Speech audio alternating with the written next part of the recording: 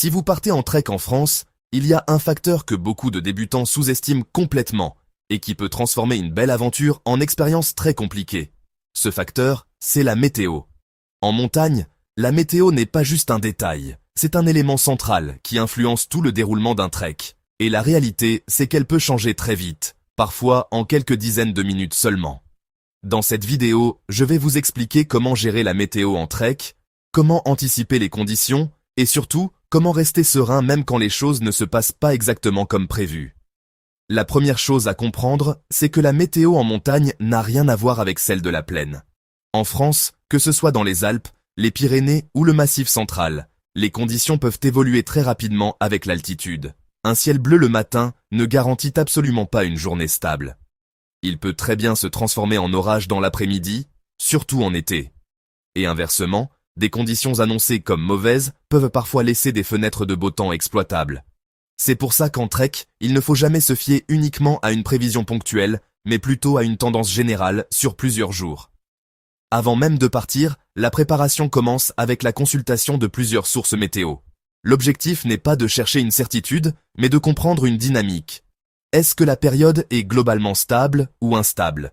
Est-ce qu'il y a des épisodes orageux fréquents? Est-ce que le vent est un facteur important? Par exemple, dans des massifs comme le Queyras ou les Alpes du Sud, on peut avoir beaucoup de soleil, mais aussi des orages violents en fin de journée.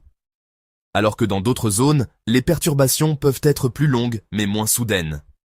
Comprendre ces différences permet déjà d'adapter son rythme et son itinéraire. Une fois sur le terrain, la règle la plus importante, c'est l'observation constante. En trek, il ne faut jamais rester passif face à la météo.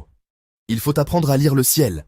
Des nuages qui se forment rapidement sur les sommets, un changement de vent, une baisse soudaine de température, ou une humidité qui augmente peuvent être des signaux d'alerte. Ce sont souvent ces petits détails qui permettent d'anticiper un changement de temps avant qu'il ne devienne problématique. Ensuite, il y a la gestion du timing. En montagne, il est souvent recommandé de partir tôt le matin. La raison est simple. Les conditions sont généralement plus stables en début de journée, et les orages, lorsqu'ils se forment, arrivent souvent en fin d'après-midi. Cela ne veut pas dire qu'il faut toujours se presser, mais plutôt adapter son rythme pour éviter les situations à risque sur les crêtes ou les passages exposés en pleine instabilité. L'équipement joue également un rôle essentiel dans la gestion de la météo. Une bonne veste imperméable et coupe-vent n'est pas un confort, c'est une sécurité. En trek, rester sec peut faire une énorme différence sur votre niveau d'énergie et votre capacité à continuer. De même, avoir des couches adaptées permet de s'ajuster rapidement aux variations de température. En montagne, il peut faire chaud en montée et froid en descente, parfois dans la même heure. Un autre point important, c'est la flexibilité.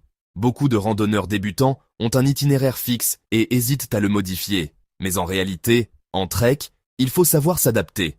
Cela peut vouloir dire avancer plus tôt, raccourcir une étape, ou parfois même changer complètement de direction si les conditions deviennent trop difficiles. Ce n'est pas un signe d'échec, c'est une compétence essentielle en montagne. Il faut aussi comprendre que la météo influence directement la difficulté d'un trek. Un itinéraire facile par beau temps peut devenir beaucoup plus exigeant sous la pluie, dans le vent ou dans le brouillard. La visibilité réduite, les terrains glissants et la fatigue mentale liée aux conditions difficiles augmentent considérablement la charge globale du trek. Mais malgré tout ça, la météo ne doit pas être une source de peur. Elle fait partie intégrante de l'expérience en trekking. Elle rend chaque aventure unique, chaque journée différente, et parfois même plus mémorable.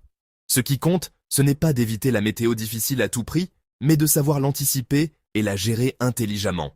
Si on résume, bien gérer la météo en trek, c'est avant tout comprendre les tendances, observer en permanence les signes sur le terrain, adapter son rythme, avoir un équipement adapté et rester flexible dans son itinéraire. Avec cette approche, même des conditions changeantes deviennent gérables, et le trek reste une expérience agréable et sécurisée.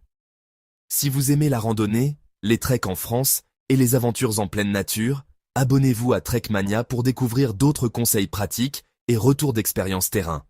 Et dites-moi en commentaire, est-ce que vous avez déjà été surpris par la météo en randonnée ?